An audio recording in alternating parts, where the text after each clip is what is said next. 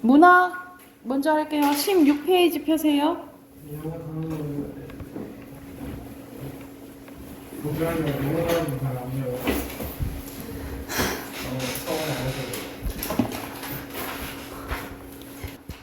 자, 문학 16쪽이에요. 여기서 이제 시의 운율에 대해서 나오는데, 우리가 시의 3요소 보면은 시에서 꼭 있어야 되는 게 운율이죠.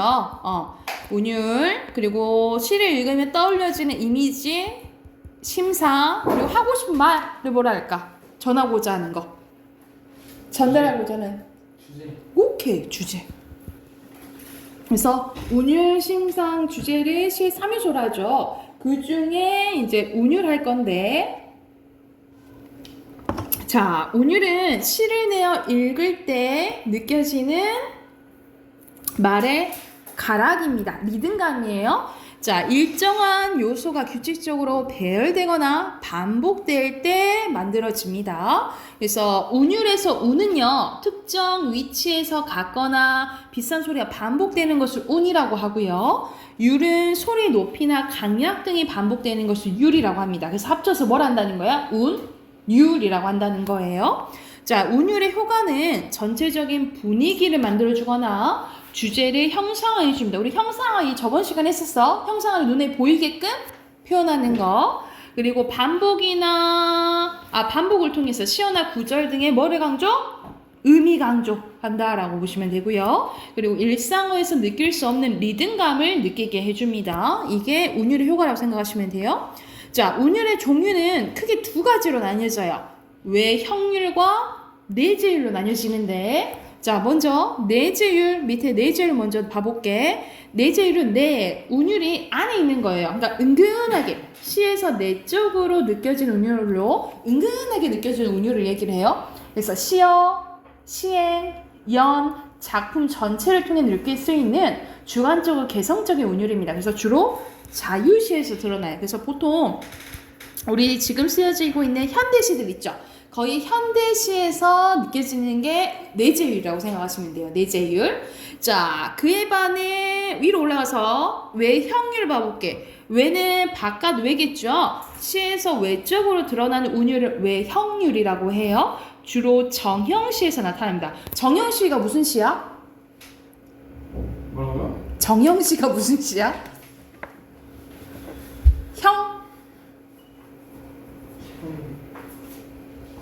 정해져 있는 거. 뭐가 정해져 있는 거야? 형태가 정해져 있는 거? 형식. 형식이 정해져 있는 시에서 드러나요. 그래서 보통 고전시가 특히 대표적인 예시로 시조 뭐 이런 거에서 드러나는 게 외형률이라고 보시면 됩니다. 그래서 자, 세 가지가 있어요. 자, 음이율, 음수율, 음보율이 있는데, 자, 먼저 음이율부터 봐볼게. 음이율은 위는 일정한 위치할 때 위에요. 일정한 위치에서 같거나 비슷한 음이 반복돼서 느껴지는 운율을 음이율이라고 해. 근데 이 세 가지 종류가 있거든요. 두운, 요운, 가군이 있는데, 두는 첫 글자가 반복되면 두운이라고 해요. 첫 글자가 반복되면 두운. 요운은 가운데가 반복되면 요운. 가군이 좀 많이 나오거든요. 가군은 끝 글자가 반복되면 가군이라고 해요. 그래서 우리가 랩할 때 라인 맞춘다 하잖아. 그치? 뭐뭐 했지, 그랬지, 이런 식으로 라인 맞추는 거를 우리가 시에서는 뭐라 한다고? 끝 글자가 반복되면 가군이라 한다고. 이런 식으로 두운, 요운, 가군처럼 일정한 위치에서 글자가 반복될 때 느껴지는 운율을 뭐라고 한다고요?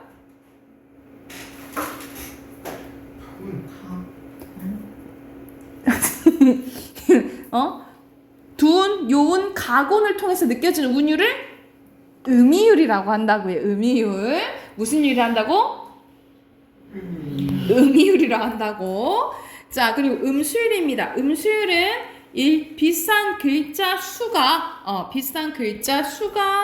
규칙적으로 반복될 때 느껴지는 운율을 음수율이라고 해요. 그래서 보통 3글자, 4글자가 오나, 4글자가 4글자가 오나, 그리고 7글자, 5글자가 오는 경우 있어요. 이걸 3, 4조, 4, 4조, 7, 5조라고 하는데, 이 3, 4조, 4, 4조가 시조예요. 시조. 그리고 7호조는 좀 민요적인 느낌을 준다라고 보시면 돼요. 민요적인 율격을 가져다 주는 게 7호조라고 생각하시면 됩니다. 그래서 일정한 글자 수가 반복돼서 느껴지는 운율을 뭐라 한다고요?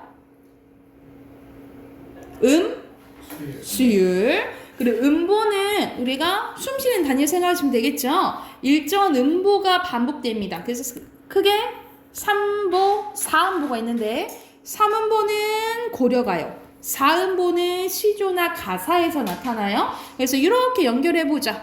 이 7호조나 3음보는 이런 민요적인 율격을 가져다 준다라고 생각하시면 돼요. 7호조나 3음보는 민요적인 율격을 가져다 주고 3, 4조, 4, 4조 그리고 4음보가 시조예요. 시조. 이렇게 이해하시면 되겠죠? 그래서 외형률을 만들어주는 거 세 가지 있네. 뭐 있어? 음이율, 음수율, 음보율이에요. 오케이. 그럼 해당하는 거 옆에 같이 한번 봐볼게요. 17쪽 보면은 자, 늦은 저녁 때 오는 눈발은 말줄 후롱불 밑에 붐비다. 늦은 저녁 때 오는 눈발은 조랑말 말군 밑에 붐비다. 늦은 저녁 때 오는 눈발은 여물 써는 소리에 붐비다. 늦은 저녁 때 오는 눈발은 변두리 빈터에 다니며 붐비다. 이런 식으로 앞에도 반복되고 가운데도 반복되고 끝에도 반복되지, 그치? 그러면 여기는 뭐가 다 쓰인 거야? 둔, 용, 가구에 모두 사용됐지요, 그쵸? 그리고 비슷한 문장 구조 다 반복됐지, 그치? 맞겠죠? 이해됐나요? 그리고 두 번째 가볼게. 조헌 지당에 비 뿌리고 라는 시조입니다. 시조 하면 지당은 연못이라 보시면 돼요. 연못에 비 뿌리고 양류는 버드나무라고 보시면 돼요. 버드나무에 내가 낀 채, 여기서 내라고 보이는 거는 안개예요. 안개가 꼈다라는 거야. 그런데 사공은 어디 가고 빈배만 매여 있느냐. 사람은 안 보이고 빈배만 있는 거야. 약간 그러면 쓸쓸함, 외로움 이런 것들이 드러나겠죠. 그쵸? 석양에 게다가 이제 태양도 지네. 짝이른 갈매기만 오락가락한데. 그럼 혼자 있는 짝이른 갈매기도 이 화자의 외로움, 쓸쓸함 이런 것들을 부각시켜 주겠죠. 그래서 이러한 역할을 하는 것을 뭐라고 하냐면 객관적 상관물이라고요. 그래서 화자의 감정과 똑같거나 화자의 처지에 아예 반대거나 아니 화자의 어떤 정서를 불러일으키는 역할을 하는 것을 뭐라 한다고? 객관적 상관물이라 한다라고 생각하시면 돼요. 자, 그러면 이거는 시조잖아. 그럼 뭐야? 글자 수는?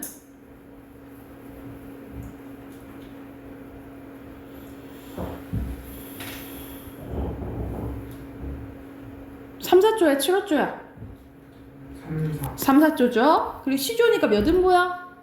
3, 4. 몇 음보야? 시조니까 4음보예요. 4음보. 시조니까 4음보. 그리고 화자는 드러났어, 안 드러났어? 안 드러났으니까 이면적 화자겠죠. 그리고 밑에는 김영랑의 돌담에 속삭이는 햇발의 일부분입니다. 돌담에 속삭이는 햇발같이 직유법이고 햇발이 속삭인다고 표현했네. 전체적으로 의인법이라고 보시면 되겠죠. 풀 아래 웃음 짓는 샘물같이 이런 식으로 뭐뭐는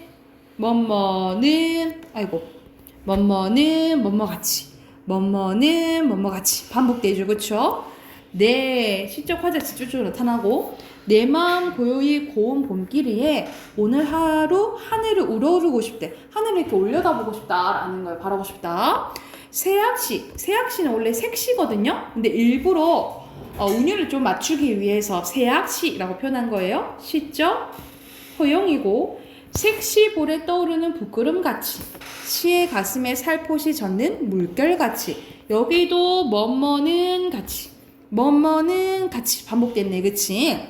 보드레안 촉각적 심장 쓰였고 에메랄드 시각적 심장 쓰였고 얇게 흐르는 실비다 하늘을 바라보고 싶대.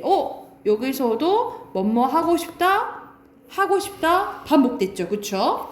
자, 그러면 여기서는 뭐뭐 하고 싶다 라고 반복해서 끝글자가 반복되잖아. 그치? 끝글자가 반복되죠. 그러면 가군이에요. 가군을 형성하고요. 그리고 여기서 봐봐. 돌담에 속삭이는 햇발같이야. 그럼 몇 음보? 3음보예요. 3음보. 그리고 아름다운 어디를 바라보고 싶다 했어요? 하늘. 그렇지. 하늘을 바라보고 싶다라고 봤죠. 그리고 넘기면 운율을 형성하는 방법이 나오거든요. 운율을 형성하는 방법은 자, 말 그대로 반복이 되면 운율이 형성된다라고 생각하시면 돼요. 그래서 여기서는 자, 뭐가 반복되냐면 특정한 의문이 반복될 수도 있고요. 의문은 자음과 모음 생각하시면 돼요. 이렇게 자음과 모음이 반복돼도 운율이 형성되고 또는 특정한 음절은 글자라고 생각하시면 되겠죠. 그리고 일정 음보, 선생님 3음보, 4음보 있었지, 그치? 선생님 말했죠? 그리고 특정한 시어나 시구가 반복될 수도 있고요. 통사 구조가 반복될 수 있습니다. 이런 식으로 비슷한 문장 구조, 각건의 비슷한 문장 구조가 반복되는 거 우리 무슨 법으로 배웠지?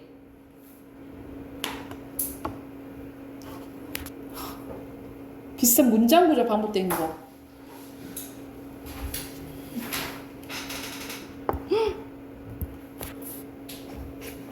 조성, 힌트.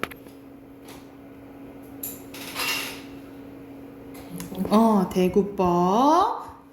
대구법이죠. 이것도 운율을 형성해주고 후렴구가 반복돼도 그리고 음성상징어가 사용돼요. 우리 음성상징어는 소리를 흉내내는 말 뭐라고 해요? 의성어, 모양을 흉내내는 거 의태어예요. 이런 식으로 의성어나 의태어가 사용돼도 운율이 형성되고요. 우리가 첫연이랑 끝연이 같은 게 수미상관이죠. 수미상관이 사용돼도 운율 형성되고 아까 전에 시적 허용 있었지? 시적 허용이나 또는 AA, BA 구조. 그러니까 말 그대로 반복이 되면 뭐가 형성된다? 운율이 형성된다 라고 기억을 해두시면 됩니다. 그러면 여기도 적용하는 문제 한번 봐볼게. 264의 청포도 일부분이 나와 있는데요.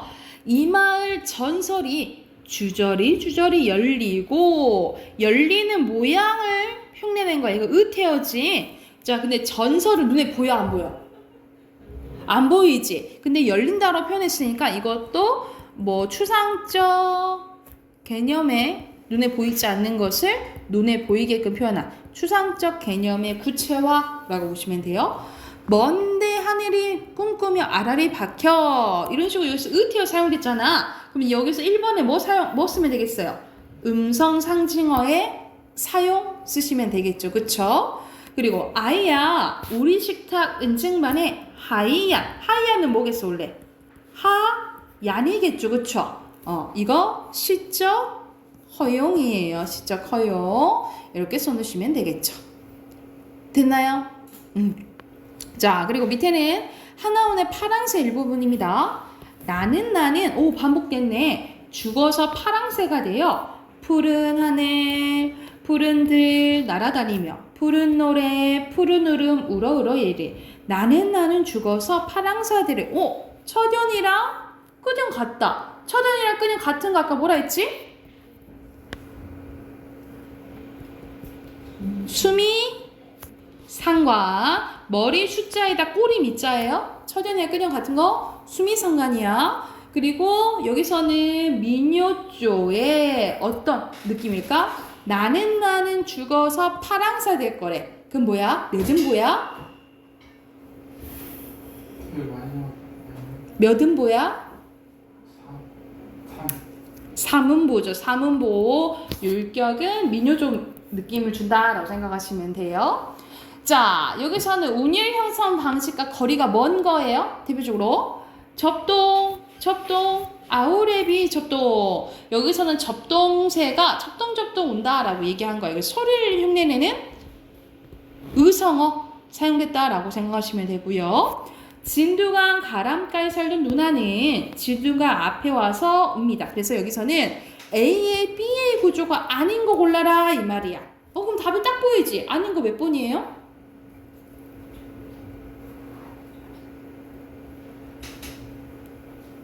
아닌 거 몇 번? A, B 구조 아닌 거.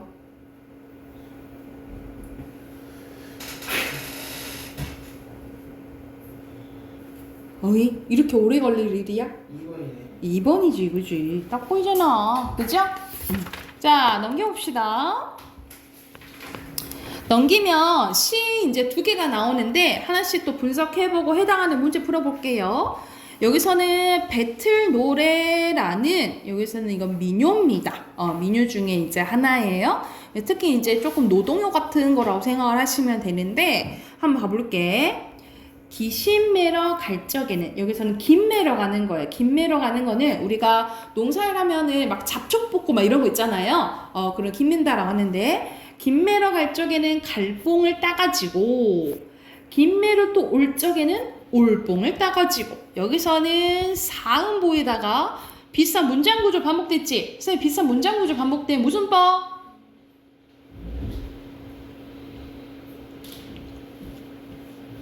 아주 방금 전에 했다.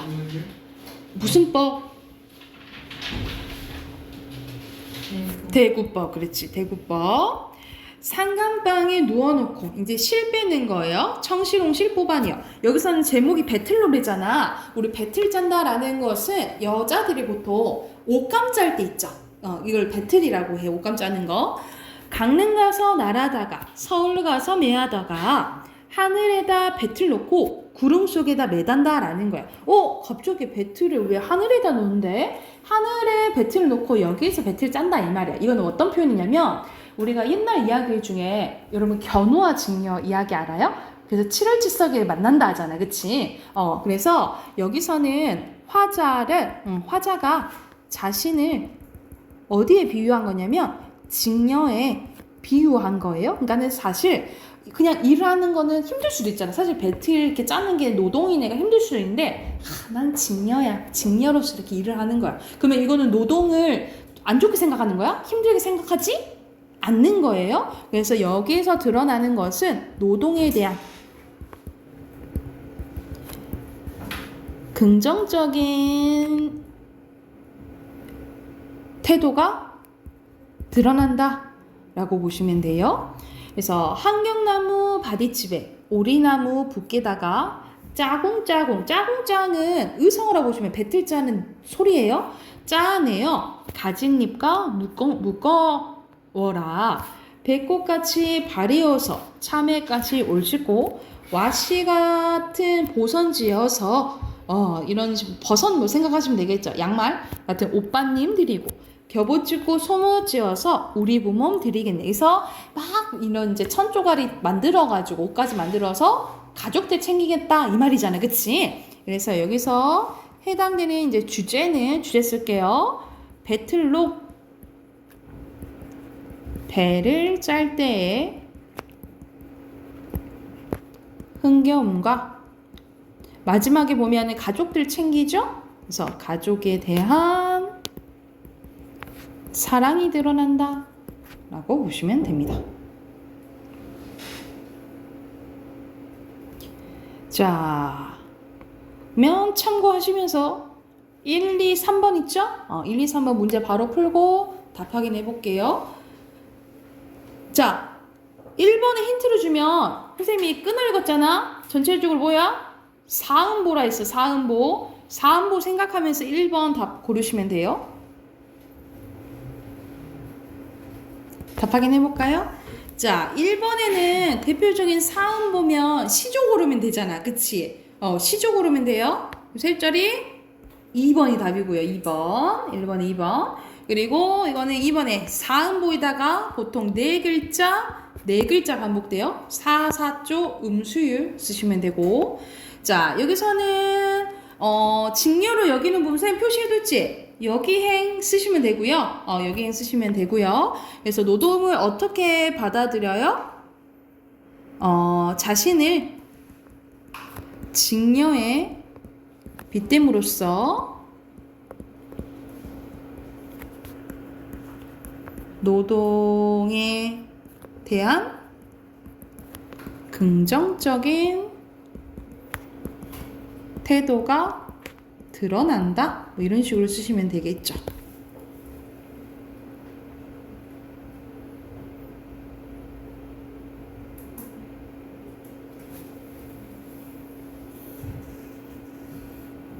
됐을까요?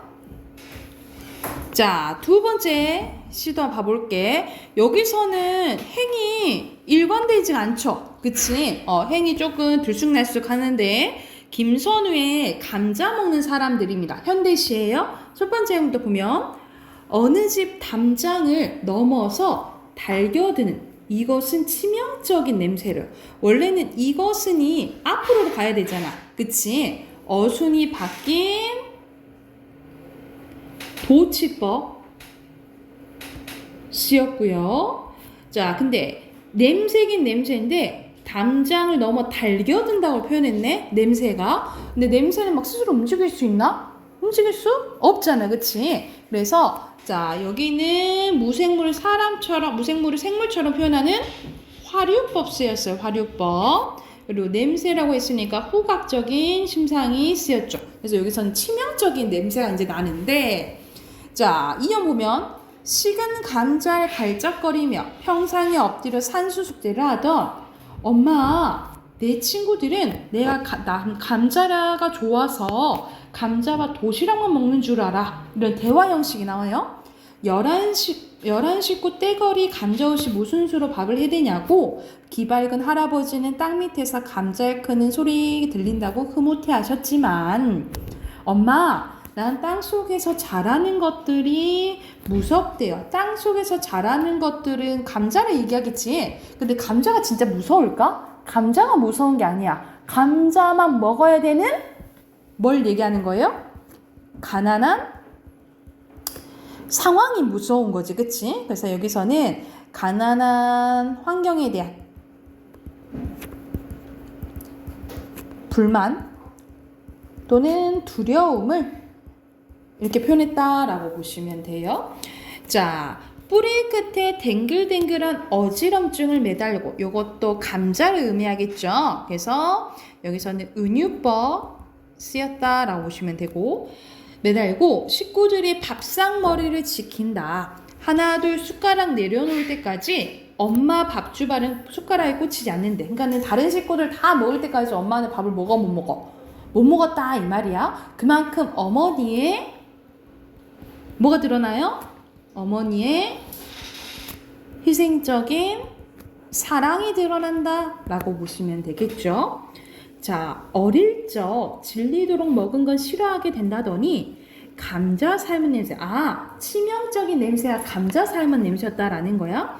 그래서 아까 전에 치명적인 그 냄새 있죠. 그것은 과거를 떠올리게 해주는 과거 회상의 매개체가 되는 역할을 하는 게 이 감자 냄새라고 생각하시면 돼요. 이것은 치명적인 그리움이래. 아, 감자 삶은 냄새를 맡으니까 과거가 어때요? 그리운 거야. 이 화자는 그리운 거예요.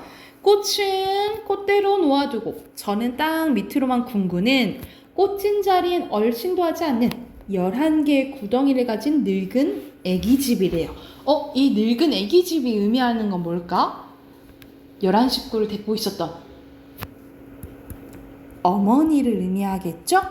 그래서 여기서는 어머니를 그리워하는 시라고 보시면 됩니다. 그래서 주제는요. 가난한 어린 시절에 대한 회상과 어머니에 대한 그리움이에요. 주제 썼으면 옆에 두 문제 있죠? 두 문제 바로 풀어봅시다. 얼른 풀어요.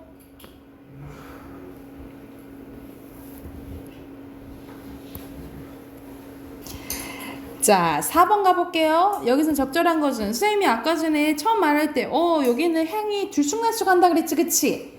가장 적절한 것은 4번이고요. 자, 5번에 알맞지 않은 것은 이건 잘 보셔야 돼요. 몇 번이에요? 안 나무랬어요. 뭐라 안 했어요. 할아버지가 안 혼냈어. 2번입니다. 여기까지 됐을까요? 자, 독서 꺼내볼게요. 독서 답하긴 해야 되죠? 응? 답하긴 할게요. 해오셨죠? 자, 여기서 핵심 개념은 창호고요. 창호 동그라미 쳐놓으시면 되고, 그리고 여기서는 1문단에서 창호에 대해서 나오고 밑에는 기능과 미에 대해서 나오잖아, 그치? 그래서 2, 3문단은 대등이에요. 그리고 1문단이 더 크다 이렇게 생각하시면 되고요. 그리고 순서대로 2, 3 쓰시면 되겠죠. 오른쪽에는 사용된 표지는 2문단에서는 먼저, 3문단에서는 다음으로 쓰시면 되고, 그리고 이거는 그러면 대등 관계죠. 그리고 6번은 순서대로 빈칸 시장 독점이에요. 자, 뒤로 넘겨서 여기서는 망각에 대해서 부호화 단계, 저장 단계, 인출 등을 각각 설명하잖아요. 그치? 이 단계에 따라서 망각 현상을 달리 표현할 수 있다 그랬어요. 그쵸? 그래서 가장 적절한 것은 1번이고요. 그리고 2번 가보자. 음은 부호와 음이 부호. 이거 선생님이랑 같이 했어. 음은 그냥 소리로 그냥 머리에 저장하는 것보다 의미를 부여해서 하는 게 좀 오래 걸리지만 기억이 더 잘 난다고 했어요. 그치? 그래서 가장 적절한 것은 5번이죠. 정규어가 더 잘 이루어진다고. 그리고 3번도 약간 같은 맥락의 의미입니다. 아까 뭐라 했지? 의미 부호는 더 오래 걸리지만 기억이 다 잘 난다 했잖아요. 그쵸? 그래서 여기서 알맞자는 것은 2번입니다. 여기서 설명하는 것은 의미 부호예요. 의미 부호. 그리고 오른쪽 보면 실험이 나오는데 X, Y 집단이 있는데 여기 잠깐 봐보자. 첫 번째 회상 검사에서는 두 집단 모두에게 범주를 제시하고 두 번째 회상 검사에서는 X 집단에게만 범주를 제시하고 Y 집단은 제시하지 않았대. 그러니까는 앞에서는 힌트를 준 거잖아, 그치? 뒷 집단에게는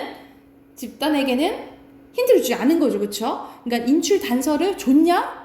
안 줬냐? 그 차이인 거야. 그래서 해당되는 거 1번이라고 보시면 돼요. 됐나요? 그러면 두 번째 거. 이 세 번째 거구나. 세 번째 거 해볼게요. 문단 간 관계 파악하는 두 번째입니다. 인과관계와 시간적 순서의 관계예요. 자, 첫 번째 인과관계 보면 원인의 인, 결과의 과겠죠, 그쵸? 그래서 인과관계는 앞문단이 어떤 현상의 원인, 뒷문단이 어떤 현상의 결과가 되는 문단 관계를 얘기하는데요. 때로는 결과가 먼저 나오고 그 다음에 원인이 나오는 경우도 있다라고 보시면 됩니다. 그리고 힌트를 알려주는 표지가 나오기도 하는데 따라서 그러므로 그렇기 때문에 뭐뭐하기 때문이다 아니면 이유, 원인 이런 단어가 나올 수도 있다는 거지. 이걸 통해서 인과관계구나 하고 힌트를 얻으시면 돼요. 그래서 보통 이제 시간적 논리적 순서로 배열하여 정리하면서 내용을 파악하면 된다라고 생각하시면 됩니다. 그러면 예시 문장 한번 봐볼게. 문단 봐볼게. 자, 소포체에 대해서 나오네요. 소포체는 세포 내에 있는 소기관으로 소포체로 유입된 단백질을 가공하는데요. 이게 변하게 만든다는 거지. 그런데 소포체 내에서 칼슘 농도 변화 등이 발생하면 단백질이 정상적인 입체 구조를 잃어버리는 변성이나 또는 비정상적인 단백질이 축적이 된대요. 쌓인대요. 이러한 상태가 지속되어 소포체의 기능이 저하되는 것을 뭐라고 한대요? 소포체 스트레스라고 한대. 자, 소포체 스트레스의 원인이 되는 단백질의 변성은 소포체 내에 단백질의 접는 것과 관련이 있는데 단백질의 접힘은 그림과 같이 이렇게 된다는 거죠. 소포체로 유입된 단백질은 소포체에서 정교하게 꼬이고 접히고 감겨서 복잡한 입체 구조로 바뀌게 된다.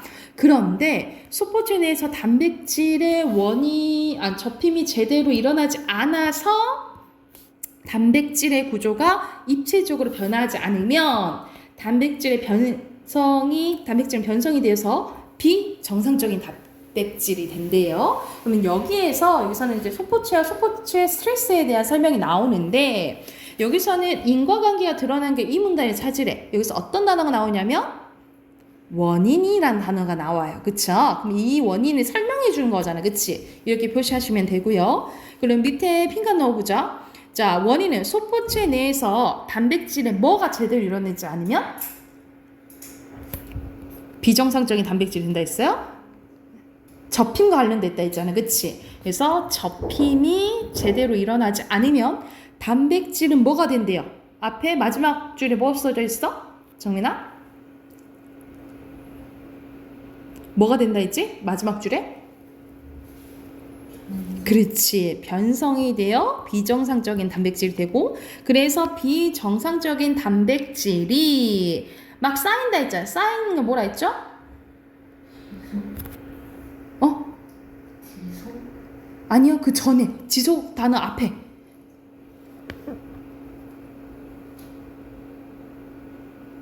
그렇지. 축적되는 상태가 지속되면 소포체의 기능이 저하되는데 이걸 뭐라고 한다? 소포체 스트레스라고 한다 라고 보시면 되겠죠. 이렇게 됐나요? 이게 대표적인 원인, 결과, 인과관계라고 보시면 되고요. 자, 두 번째 거 봐볼게요. 두 번째 거는 시간적 순서의 관계입니다. 앞 문단과 뒷 문단이 시간 순서에 따라 배열된 문단 관계를 얘기하는데요. 뭐 과정, 절차, 경향, 추세, 변화 또는 뭐 18세기에는 19세기에는 이런 단어가 나오면 아 시간적 순서를 얘기하는 거구나 라고 알아두시면 돼요. 특히 뭐 예를 들어서 이런 식으로 18세기, 19세기 이런 식으로 한 대상이 이렇게 연도별로 바꾸잖아요. 그러면 보통 통시적 관점이라고 해요. 통시적 관점에 따라서 전개가 됐다라고 파악하시면 됩니다. 그러면 이것도 예시 한번 봐볼게요. 자, 기술이라는 용어는 고대 그리스에서 사용된 테크네에서 유래했는데 그래서 우리가 기술을 테크놀로지라고 하잖아. 그치? 플라톤은 소크라테스의 영향을 받아 사물의 본질을 밝혀내는 정신적인 활동을 에피스테메 그리고 삶의 가치를 달성하는 데 필요한 도구를 생산해내는 실용적인 활동을 테크네로 구분을 하였대요. 아리스토텔레스도 이엔 동의했대. 그러니까 플라톤 생각에 동의했대 이거에. 그런데 플라톤과 달리 정치, 법률 등은 어떤 이론을 지니고 있지 않은 실제적인 활동이란 측면에서 이 정치, 법률을 테크네에 속한다라고 봤다라는 거죠. 이러한 고대 그리스의 철학자들은 삶의 정신적 가치보다는 물질적인 가치를 더 중시하는 이유로 기술을 부정적으로 간주했대요. 아, 고대 그리스 사람들은 기술을 좋게 봤다, 안 봤다? 안 봤다라는 거야. 그러나 기술에 대한 이러한 관점은 근대 초기에 마키아벨리, 베이컨, 데카르트 등에서 강한 비판을 받았는데 말 그대로 이 학자들은 긍정적으로 본 거죠. 기술을. 그래서 16세기의 영국의 철학자 베이컨은 인쇄술이나 화약 발명 등의 기술이 정치적인 정복이나 철학적인 논쟁보다 훨씬 이롭다고 주장하였다. 또한 독일의 철학자 피에테는요. 기술이 인간을 자연의 강압으로부터 해방시켜 줄 것이라는 믿음에서 기술을 통한 자연의 정복을 이게 착할 선자지 이걸 옳은 것으로 봤다라는 거예요. 그러면 여기서는 시간적 표현 선생님 다 네모했다 그치? 1번에서는 고대 그리스 나오죠. 그리고 이 문단에서는 근대 초기 16세기 나왔죠. 그쵸? 이렇게 두 가지 쓰시면 되고요.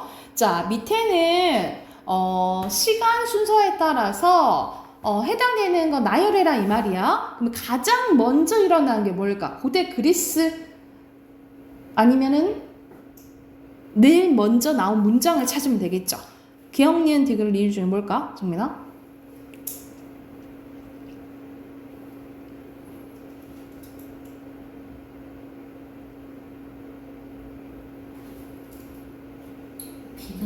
디귿 다음에 니은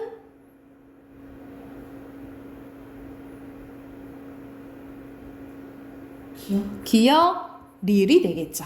이해됐나요? 그러면 해당하는 문제 뒤에 24쪽부터 있죠. 24쪽부터 27쪽까지 문제 풀고 답 확인해 볼게요. 다 하시면 말씀하세요.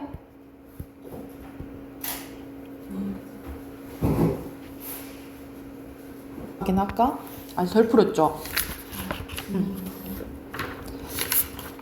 27쪽까지 풀고 27쪽까지 선생님 숙제로 체크해 놓을게요. 숙제로 해 오시고 그 문법도 답하기 못했잖아. 다음 시간에 오면 단어 3, 4강 보고 그 숙제 답하기 먼저 할게요. 네, 여기까지 합시다.